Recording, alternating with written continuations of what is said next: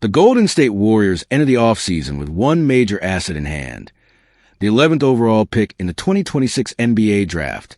And based on what head coach Steve Kerr and general manager Mike Dunleavy Jr. said during their end-of-season exit interviews on Friday, the franchise is not being shy about its intentions. The message they delivered, almost in unison, points in a very clear direction, and Warriors fans should pay close attention. Hey, what's up, everyone? Before we jump into everything today, that like button right there is what decides if this video hits hundreds or thousands of people. 1 second is all it takes, but the impact on this channel is massive. Go ahead and hit that like button right now. Seriously, it's the simplest thing you can do, and honestly, the best way to back this content up, because every single like pushes us further. So hit it now. First, the question of whether Golden State will trade the pick. Dunleavy did not completely rule out the possibility of packaging it in a deal for an established star, but his tone was far from that of a general manager ready to pull the trigger on a blockbuster move. There was no sense of urgency, no hint of a target already identified. Everything Dunleavy said sounded more like a man who plans to walk into draft night with the pick still in his pocket. And then Kerr made it even clearer. When asked about the team's needs heading into next season, the coach was direct. We need some younger legs for sure. We know that. How do you do that? It's a difficult job. So that's up to Mike, and obviously he will consult with me on moves, and we'll hash that stuff out. That statement matters more than it might appear on the surface. Golden State does not have meaningful cap space to sign quality young players in free agency. The most practical and realistic path to bringing in youth is to use the draft pick, not trade it away. So the first question is answered. The Warriors are very likely keeping an 11th pick and drafting a player with it. The second question is what kind of player they will take. Will it be a high-ceiling project who needs time to develop, or a more polished player ready to contribute right away? On this point, both Kerr and Dunleavy were remarkably transparent. Both men pointed directly to the injury situations of Jimmy Butler and Moses Moody as critical factors shaping the team's draft strategy. Butler, who joined Golden State this past season, is dealing with a significant injury that clouds his timeline for next year. Moody, a young wing who has been part of the team's plans, is also recovering from an injury that sidelined him down the stretch. The Warriors cannot count on either player being fully available and healthy from day one of next season, which puts enormous importance on whoever they select at number 11. Dunleavy made the connection explicit. I'm confident we can get a good player, and hopefully that player will have an opportunity next year to perform, produce, help us. Given the state of the injuries with Jimmy and Moses, my guess is they would have more of an opportunity than maybe in another year. So that will be there. Kerr went even further. When asked directly whether this is a better moment for player development compared to previous drafts, particularly the picks of James Wiseman and Jonathan Kuminga, he said without hesitation that the situation is completely different now. He acknowledged talking extensively with Dunleavy about the draft and expressed confidence that they will land a good player. He also noted that the player could be 19 years old, but quickly pivoted to emphasize the team's wing depth problems and the need for someone who will actually play meaningful minutes. That pivot is the key detail. Kerr mentioned the word wing specifically. Golden State's depth on the perimeter took a serious hit with the Moody injury, and the Butler situation adds another layer of uncertainty. A wing who can guard multiple positions, contribute offensively, and step into rotation right away is exactly what the franchise is looking for. Looking at the realistic options near the 11th pick, a few names stand out. Yaxel Lendeborg is a versatile forward with the physical tools to defend multiple positions and the offensive game to play alongside Golden State's core. Cameron Carr is another wing option who has shown the ability to shoot and create.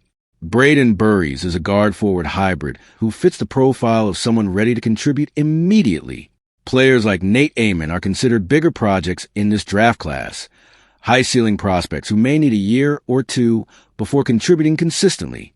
Based on everything Kerr and Dunleavy have said, that kind of pick feels unlikely given the circumstances. The Warriors cannot afford to spend a lottery selection on a player who will sit and watch. There are also names like LeBaron Philin Jr. and Ade Mara, who could contribute from day one, but neither solves the wing depth problem in the way Golden State urgently needs. Their skill sets, while legitimate, do not address the specific positional void the Warriors are trying to fill. What Golden State wants is simple to describe, even if it is hard to find. A wing, ready to play now, capable of earning real rotation minutes, and young enough to grow with the group over the next several years. If Kerr and Dunleavy find that combination at pick 11, the Warriors could enter next season in a stronger position than the final standings of this past year suggest.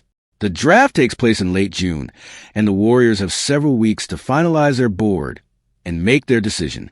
But based on what the coach and GM have already told the public, the blueprint is already drawn. When people talk about the most intense rivalries in the Western Conference, one matchup stands above the rest in the modern era of the NBA. Golden State Warriors versus Houston Rockets is not just a rivalry built on geography or conference proximity. It is a clash of philosophies, superstars, and some of the most dramatic playoff moments the league has ever seen. And it all started nearly 6 decades ago.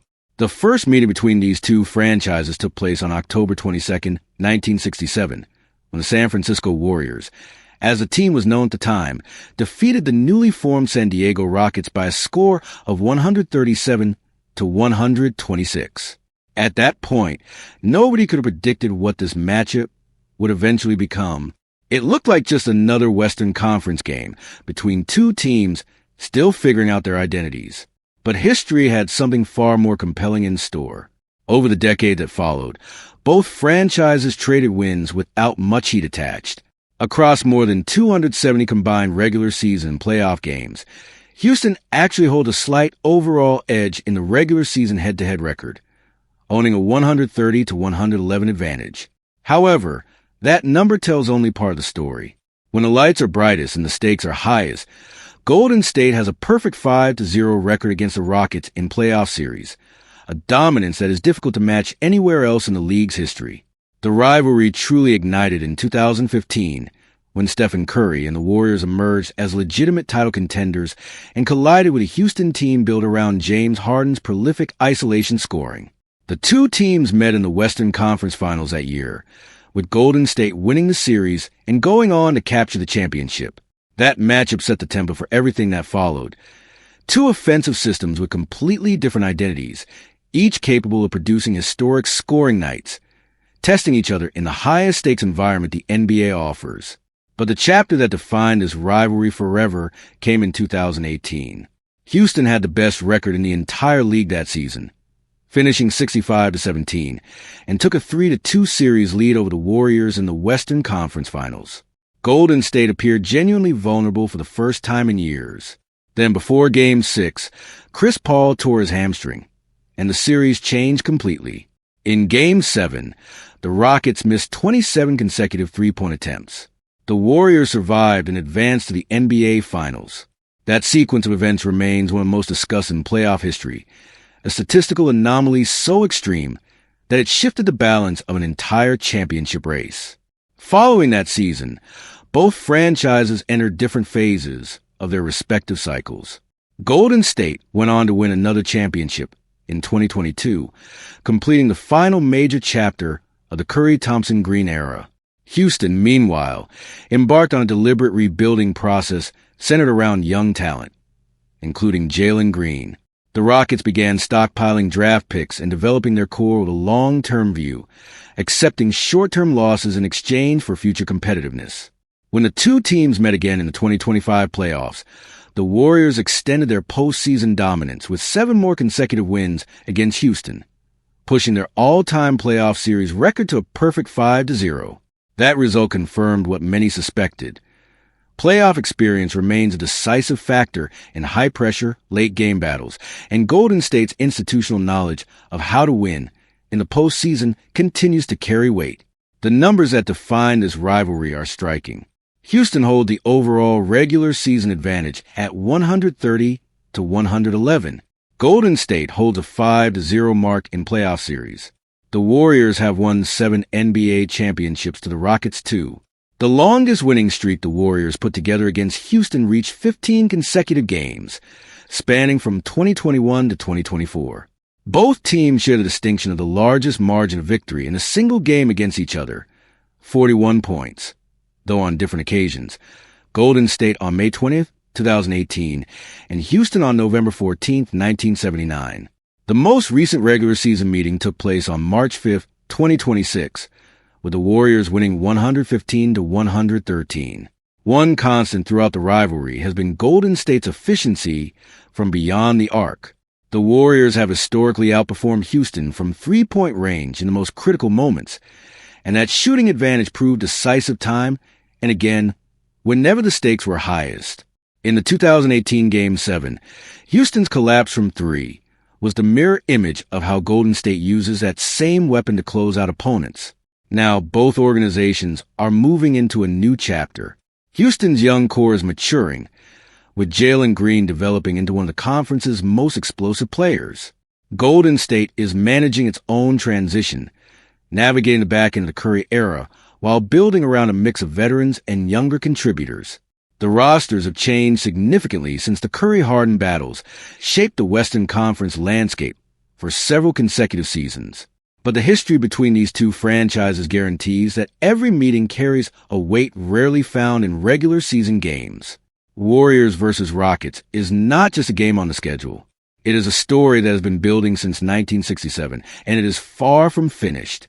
The Golden State Warriors could be looking at a significant roster addition this summer, and the name generating the most buzz in league circles is Lauri Markkanen, the 28-year-old all-star forward from the Utah Jazz. According to reporting from Heavy Sports, Golden State has been named as a serious potential destination for Markkanen as both franchises enter what figures to be a pivotal offseason. The situation begins with Kristaps Porzingis. The 7'1" Latvian center joined the Warriors this past season after coming over from the Boston Celtics, where he had signed a 2-year extension worth $60 million back in 2024. That deal is now expiring, making Porzingis an unrestricted free agent. If Golden State decides to let him walk, either by choice or by necessity, the franchise will have a significant positional void to fill on the frontcourt, and the timing could not be more aligned with Utah's own complicated internal roster situation. Heavy Sports analyst Sean Devaney outlined the connection in detail. According to Devaney, Utah has genuine concerns about the financial sustainability of keeping 3 premium frontcourt players on long-term contracts simultaneously. The Jazz have Walker Kessler, a 7'1" shot-blocking center who will be a restricted free agent, and Jaren Jackson Jr., a versatile big man capable of defending multiple positions. If Kessler receives an offer in a range of $30 million per season, which is well within the realistic market for a center of his caliber, Utah faces some difficult decisions about how to build its salary sheet going forward.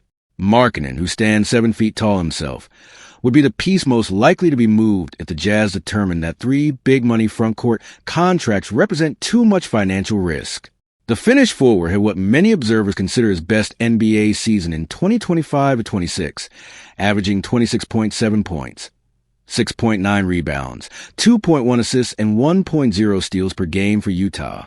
He shot 47.7% from the field and 35.5% from three-point range, providing the Jazz with an elite scoring option who can operate in multiple areas of the offense.